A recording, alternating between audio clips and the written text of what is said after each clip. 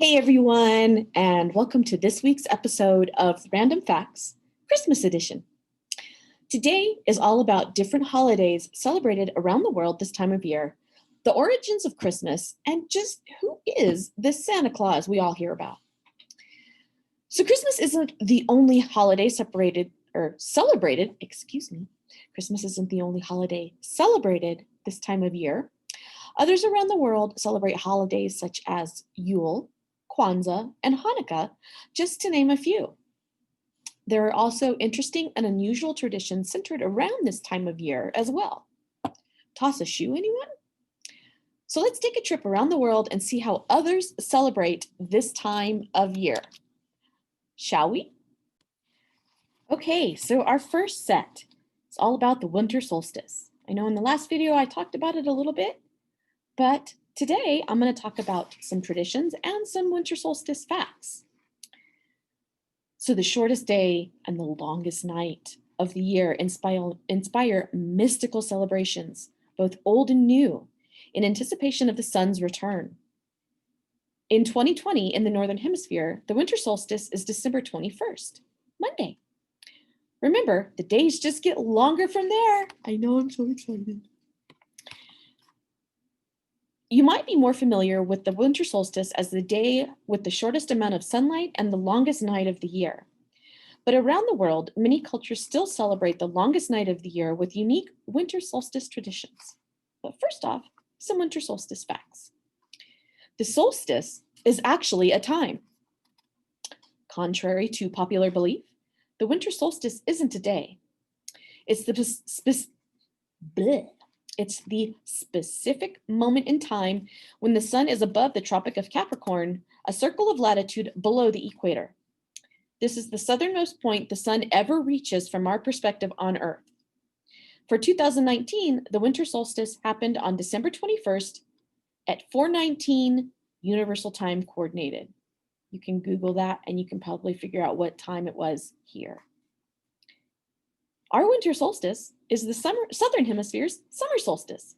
So while it's winter up here, it's nice and warm down in Australia and the southern hemisphere. The solstice is not always the same day. The winter solstice can occur on December 20th, 21st, 22nd, or 23rd. However, it's rare that the sun reaches its lowest point on the 20th or the 23rd. The last time the winter solstice fell on December 23rd was in 1903, and it won't happen again until 2303. Solstice also has other names: Yule, midwinter, the longest night, solstice night.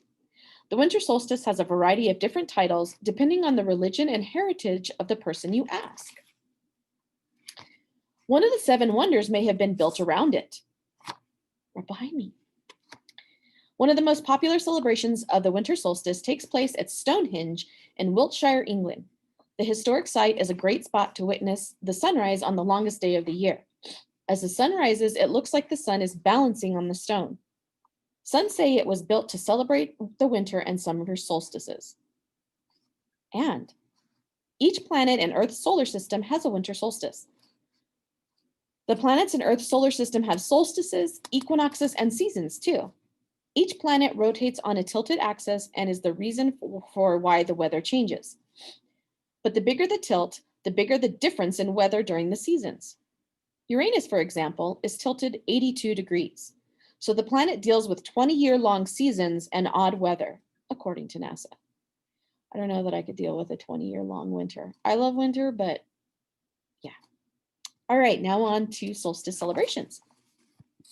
The first one is St. Lucia Day in Scandinavia. Like many days we celebrate, ancient festivals observing the winter solstice merged with newer traditions to create the holiday season as we know it today. In Scandinavia, St. Lucia Day is on December 13th, which was the old solstice by the old calendar, and it marks the start of the Christmas season with a procession of young women in white robes, red sashes, and wreaths of candles on their heads, lighting the way through the darkness of winter. Honoring St. Lucy, this festival incorporated pagan winter solstice celebrations marked by bonfires. Ginger snaps, saffron-flavored buns, and glögg were also traditionally served. I have no idea what glögg is. Okay, back to Stonehenge. Although no one knows exactly why the ancient circle of Stonehenge was built, there's no denying it lines up with the movements of the sun. Archaeological research suggests the winter solstice festivals happened at Stonehenge, and modern revelers have taken up the tradition, gathering at dawn the day after the longest night, this year, December 21st. But unfortunately, they were canceled this year because of coronavirus. Normally, they gather to witness the magical occurrence of the sun rising through the stones. The best part? It's free of charge, although parking is limited. Visitors can even walk right up to the stones, an area usually roped off for this peaceful and sacred celebration. Toji in Japan. The winter solstice in Japan, called Toji, has a few interesting customs associated with it. Traditionally, a winter squash called kabocha is eaten, only one of a few crops that would have been available. A hot bath with yuzu citrus fruits is believed to refresh body and spirit, ward off illness, as well as soothe winter dry skin. And apparently, rodents called capybaras love yuzu baths as well. It's become popular for Japanese zoos to throw the fruit into the warm waters the animals soak in on the winter solstice. Capybaras are so cute. Soil, or soyal, by the Hopi tribe. The indigenous Hopi people of Arizona celebrate the winter solstice as part of their religious tradition of Kachina, or Katsina, which are spirits representing the natural world. And the Soyal solstice ceremony, led by a tribal chief, the sun is welcomed back to its summer path with ritual dances. Gift giving to children, prayers for the coming year, singing, and storytelling are also part of the festivities. Prayer sticks and kachina dolls are often made in preparation for the celebration. And then there's Saturnalia. The ancient Roman festival of Saturnalia is perhaps the most closely linked with the modern celebration of Christmas. This festival happened around the time of the winter solstice and celebrated the end of the planting season. There were games and feasts and gift giving for several days, and social order was inverted. Slaves did not work and were briefly treated as equals. And then, midwinter in Antarctica. Even Antarctica gets its share of solstice celebrations, thanks to the researchers staying there over the long, dangerously cold season. Isn't it kind of cold all the time in Antarctica? While those of us in the Northern Hemisphere are enjoying the most daylight hours, in the Southern Hemisphere, they are celebrating midwinter. Festivities include special meals, films, and sometimes even handmade gifts. Still too cold for me. All right. So there are actually other celebrations going on this time of year besides Christmas. There's also the solstice celebrations that I just previously talked about. There's also others. First one, Hanukkah, which is December 10th through December 18th. Jewish people celebrate Hanukkah, a holiday honoring the Maccabees' victory over King Antiochus, who forbade Jews to practice their religion. For 8 nights, Hanukkah is celebrated with prayer, the lighting of the menorah, and food. A Hanukkah menorah has 9 candles, a candle for every night, plus a helper candle, like this right here. Children play games, sing songs, and exchange gifts. Potato pancakes, known as latkes in Yiddish, are traditionally associated with Hanukkah and are served with applesauce and sour cream. Those sound tasty. The dates of Hanukkah change because the holiday follows the lunar cycle. Another holiday, Kwanzaa, December 26th through January 1st. Kwanzaa was created by Dr. Maulana Karinga in 1966 after the Watts riots in Los Angeles. He founded US, a cultural organization, and started to research African first fruit or harvest celebrations. From there, he combined aspects of several different harvest celebrations to form the basis of Kwanzaa. The name Kwanzaa comes from the phrase Matunda ya Kwanzaa, which means first fruits in Swahili. Each family celebrates Kwanzaa in its own way, but celebrations often include songs and dances, African drums, storytelling, poetry reading, and a large traditional meal. On each of the 7 nights, families gather and a child lights one of the candles on the kinara, then one of the 7 values of African culture is discussed. Next, we have Boxing Day, which is December 26th. Boxing Day is only celebrated in a few countries, but the holiday originated in the United Kingdom during the Middle Ages. It was the day when the alms box, collection boxes for the poor often kept in churches, were opened and their contents distributed, a tradition that still happens in some areas. It was also the day servants were traditionally given the day off to celebrate Christmas with their families. And we have, believe it or not, Festivus. It's a real holiday, not just something from Seinfeld. Festivus is a holiday created informally by Daniel O'Keefe Sr. in the 1960s and was popularized by the American sitcom Seinfeld. Dan O'Keefe, a son of the creator, worked as a writer on Seinfeld and pitched the idea for an episode where the main cast attends a dinner party at George Costanza's parents' home and are introduced to the bizarre holiday. It's celebrated annually on December 23rd, a lot by fans of the mainly by fans of the show, or for those who are enjoying the kitschiness of the holiday. It was originally established to remove the religious and commercial overtones from Christmas, and then it just kind of took off from there. Several traditions mentioned on the Seinfeld show were exaggerated for effect, but largely stem from the actual celebrations. Instead of a Christmas tree, Festivus is celebrated with an aluminum pole. Unlike a Christmas tree with ornaments and tinsel all over it, the Festivus pole is praised for its high strength to weight ratio. Okay? It is also low maintenance and less distracting than a tree, according to Frank Costanza. During the Festivus dinner, the head of the house initiates the airing of grievances, an opportunity for everyone to vent and talk through their problems. Festivus tradition had family members recite their gripes, mostly lighthearted, into a tape recorder. And the last part of Festivus is the feats of strength are the final tradition. The celebration isn't over until the head of the household is wrestled and pinned to the floor. This is according to Seinfeld. The creator's son said he was never forced to wrestle with his father, but he often jostled with his brothers on the holiday. There truly is a Festivus for the rest of us. And now on to some unusual winter traditions. I thought I could get Ted and Bob here to help me out because they're gift giving. All right. Shoe toss. On Christmas Day, women from the Czech Republic throw a shoe at their house to determine if they'll get married in the new year. How the shoe lands is key. If it lands with the heel facing the house, the woman can expect to be single throughout the next year. All right. Okay. Krampus run, anyone? Of course, in Austria, Krampus comes and visits children, but unlike Santa, he is not welcome. He always looks for the naughty children to punish them, and if he finds a particularly naughty one, he takes that child away with him in his sack. But the celebration comes when people dress up as witches and devils and take to the streets, carrying torches and causing mayhem for the annual Krampus run, which is designed to scare the devil out of people. I'm up for causing mayhem and shenanigans. Just kidding. Okay. Apparently, hiding of brooms is a tradition in Norway. People hide their brooms on Christmas Eve before going to bed. It was believed that witches and other mischievous spirits stole brooms from households to ride on Christmas Eve. Dun, dun, dun, dun, dun, dun, dun, dun, dun. Sorry.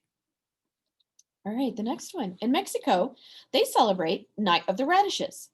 It's known as Noche de los Rabanos. In Oaxaca, Mexico, residents engage in a 3-day festival beginning on December 23rd that includes carving vegetables, specifically oversized radishes, to look like the nativity and symbols from Mexican folklore. Farmers began carving radishes into figures as a gimmick to attract customers' attention during the Christmas market. It later turned into a competition and today attracts thousands of visitors who want to see the veggie creations. And last, putting pickles on a Christmas tree. All right, so households in the US and Canada will decorate their Christmas trees with pickles, ornaments that is. The origin of this tradition is disputed, But one story claims that during the Civil War, Private John C. Lower was captured and taken prisoner. Starving, he was given a pickle to eat on Christmas Eve, which saved his life. So he started the tradition of hiding a pickle on the tree each year.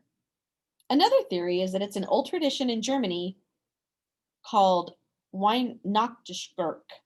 I can't even say that, and I'm German. The pickle was the last ornament hung on the tree, and the first child to find it got an extra gift. Others suspect it was a marketing ploy by Woolworth and Company to sell more pickle ornaments. As a kid who comes from German origins, I was always told it was a German tradition, and I actually do have a glass pickle that I hang up on my tree. Okay, so now let's hear about some interesting Christmas traditions from around the world. First one comes from Sweden. The Yule goat has been a Swedish Christmas symbol dating back to ancient pagan festivals. However, in 1966, the tradition got a whole new life after someone came up with the idea to make a giant straw goat, now referred to as the gavel goat. I don't know if I said that right. According to the official website, the goat is more than 42 feet high, 23 feet wide, and weighs 3.6 tons. That's a lot of hay. All right. The massive goat is constructed in the same spot. Fans can even watch a live stream from the first Sunday of Advent until after the New Year's when it's taken down. Next is the Philippines. If you thought the United States went all out with Christmas decorations, you should see what the Philippines does. Every year, the city of San Fernando holds Ligan Parul, or Giant Lantern Festival. I'm so sorry, I'm butchering that. Featuring dazzling paroles, lanterns that symbolize the Star of Bethlehem. Each parole consists of thousands of spinning lights that illuminate the night sky. The festival has made San Fernando the Christmas capital of the Philippines. Now on to New Zealand. Because summer falls during Christmas time for Kiwis, a number of their traditions center around a barbie, or a grill, where families and friends gather for a casual cookout of fresh seafood, meat, and seasonal vegetables. The New Zealand Christmas tree is the pohutukawa, a coastal species that blooms a bright red color in December, providing the shade during the sunny days as they sing carols in both English and Maori. In Portugal and Brazil, families come together on Christmas Eve to eat dinner as late as 10 p.m. Then at exactly midnight, they exchange gifts, toasts, and wish each other a Merry Christmas. Midnight Mass, Missa do Galo, Rooster Mass, is a chance to meet up with neighbors and extended family to wish them well for the holiday season. The service is often followed by fireworks in the town square. In the Ukraine, Orthodox Christians make up nearly 49% of Ukraine's population. They observe Christmas Day on January 7th by dressing in traditional garments and walking through town singing carols. A dish called kutia, made of cooked wheat mixed with honey, ground poppy seeds, and sometimes nuts, is a popular Christmas Eve treat. Some families throw a spoonful of kutia at the ceiling.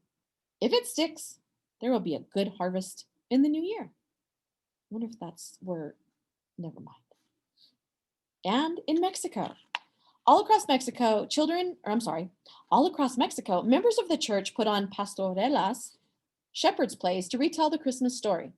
The Mexican Christmas season begins early in December with Las Posadas, a religious march that reenacts the journey of Mary and Joseph. The vibrant red poinsettia flowers are also used in holiday arrangements for decoration throughout the country. All right, and now it's time for the history of Christmas. Christmas is celebrated on December 25th and is both a sacred religious holiday and a worldwide cultural and commercial phenomenon. For 2 millennia, 2,000 years, people around the world have been observing it with traditions and practices that are both religious and secular in nature. Popular customs include exchanging gifts, decorating Christmas trees, attending church, sharing meals with family and friends, and of course, waiting for Santa Claus to arrive. December 25th, Christmas Day, has been a federal holiday in the United States since 1870. So how did Christmas start? The middle of winter has long been a time of celebration around the world. All of the solstice celebrations is kind of what we've been talking about. Centuries before the arrival of the man called Jesus, early Europeans celebrated light and birth in the darkest days of winter. Many peoples rejoiced during the winter solstice when the worst of the winter was behind them, and they could look forward to longer days and extended hours of sunlight.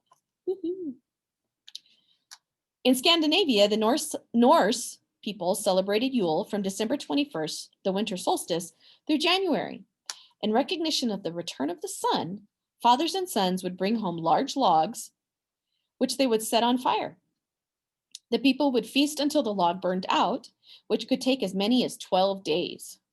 The Norse believed that each spark from the fire represented a new pig or calf that would be born during the coming year, and therefore provide food. In Germany, people honored the pagan god Odin during the midwinter holiday. Germans were terrified of Odin, as they believed he made nocturnal flights through the sky to observe his people and then decide who would prosper or perish. Because of his presence, many people chose to stay inside. So is Christmas really the day Jesus was born? In the early years of Christianity, Easter was the main holiday. The birth of Jesus was not celebrated. Pope Julius I chose December 25th. It is commonly believed that the church chose this date in an effort to adopt and absorb the traditions of the pagan Saturnalia festival. First called the Feast of the Nativity, the custom spread to Egypt by 432 and to England by the end of the 6th century. By holding Christmas at the same time as traditional winter solstice festivals, church leaders increased the chances that Christmas would be popularly embraced, but gave up the ability to dictate how it was celebrated. On Christmas, on Christmas back then, believers would attend church, then celebrated raucously in a drunken carnival-like atmosphere similar to today's Mardi Gras. That's how it started originally, apparently. There was a time when Christmas was actually canceled. That's not cool. In the early 17th century, a wave of religious reform changed the way Christmas was celebrated in Europe. When Oliver Cromwell and his Puritan forces took over England in 1645, they vowed to rid England of decadence and, as part of their effort, canceled Christmas. The Pilgrims, English separatists that came to America in 1620, were even more orthodox in their Puritan beliefs than Cromwell. As a result, Christmas was not a holiday in early America. Bummer. From 1659 to 1681, the celebration of Christmas was actually outlawed in Boston. Anyone showing any kind of Christmas spirit had to pay a fine of 5 shillings. But in contrast, over in the Jamestown settlement, Captain John Smith reported that Christmas was enjoyed by all and passed without incident. Unfortunately, after the American Revolution, English customs fell out of favor, including Christmas. In fact, Christmas, again, wasn't declared a federal holiday not until 1870. It wasn't until the 19th century that Americans began to embrace Christmas. Americans reinvented Christmas and changed it from a raucous carnival holiday into a family-centered day of peace and nostalgia. And around this time, English author Charles Dickens created the classic holiday tale, A Christmas Carol. The story's message, the importance of charity and goodwill towards all humankind, struck a powerful chord in the United States and England and showed members of Victorian society the benefits of celebrating the holiday. The family was also becoming less disciplined and more sensitive to the emotional needs of children during the 1800s. Christmas provided families with a day when they could lavish attention and gifts on their children without appearing to spoil them. Okay, interesting. Let's talk about Santa Claus now. So the legend of Santa Claus can be traced back to a monk named Saint Nicholas, who was born in Turkey around 280 AD. The legend says Saint Nicholas gave away all of his inherited wealth and traveled the countryside, helping the poor and sick, and becoming known as the protector of children and sailors. St. Nicholas first entered American popular culture in the late 18th century in New York, when Dutch families gathered to honor the anniversary of the death of Sint Nicolaas, Dutch for St. Nicholas, or Sinterklaas for short. Santa Claus draws his name from this abbreviation. In 1822, Episcopal minister Clement Mark Moore wrote a Christmas poem called An Account of a Visit from St. Nicholas, more popularly known today by its first line, "'Twas the night before Christmas." The poem depicted Santa Claus, who flies from home to home on a sled driven by reindeer to deliver toys. Moore's poem, which he was initially hesitant to publish due to the frivolous nature of the subject, is largely responsible for our modern image of Santa Claus as a right jolly old elf with a portly figure and the supernatural ability to ascend a chimney with a mere nod of his head. And in 1881, political cartoonist Thomas Nast drew on Moore's poem to create the first likeness that matches our modern image of Santa Claus. His cartoon, which appeared in Harper's Weekly, depicted Santa as a rotund, cheerful man with a full white beard, holding a sack laden with toys for lucky children. It is Nast who gave Santa his bright red suit trimmed with white fur, North Pole workshop, elves, and his wife, Mrs. Claus. All right. Gift giving, mainly centered around children, has been an important part of the Christmas celebration since the holiday's rejuvenation in the early 19th century. Stores began to advertise Christmas shopping in 1820, and by the 1840s, newspapers were creating separate sections for holiday advertisements, which often featured images of the newly popular Santa Claus. And no story about Santa Claus is complete without talking about the ninth reindeer, Rudolph. Rudolph, the most famous reindeer of all, was born over 100 years after his 8 flying counterparts. The Red-Nosed Wonder was a creation of Robert L. May, a copywriter at the Montgomery Ward department store. Any of the adults watching, any of you guys remember Montgomery Wards? I do. We used to call it monkey wards. May told the story of Rudolph, a young reindeer who was teased by the other deer because of his large, glowing red nose. But when Christmas Eve turned foggy and Santa worried that he wouldn't be able to deliver gifts that night, the former outcast saved Christmas by leading the sleigh by the light of his red nose. Rudolph's message that given an opportunity, a liability can be turned into an asset, and it proved popular. So those are some interesting origins for Christmas and Santa Claus and even Rudolph, the red-nosed reindeer. I can't sing. And there you have it, guys. All sorts of information about Christmas and the winter holidays and the solstice. So I hope you enjoyed our short trip around the world, learning about different winter holidays. It was really interesting to see how others celebrate Christmas, and I thought some of the other holidays celebrated during this time of year were pretty cool too. Who knew that Festivus was a real thing, not just something we saw on Seinfeld? Okay, and now just a couple of jokes for you. Teacher, can you tell us where they signed the Declaration of Independence? Student, of course, ma'am. At the bottom. I'm so sorry. So what do you call a boomerang that doesn't come back? A stick. Duh. Okay, I'm almost done. What did the gingerbread man put on his bed? A cookie sheet. Oh gosh. Okay, one more and I promise I'll stop. What did the peanut butter say to the grape on Christmas? 'Tis the season to be jelly. I'm so sorry. Okay, I'll stop. Anyway, I hope all of you have a great break, relax, have fun, but be safe. And I'll see you next year. Bye.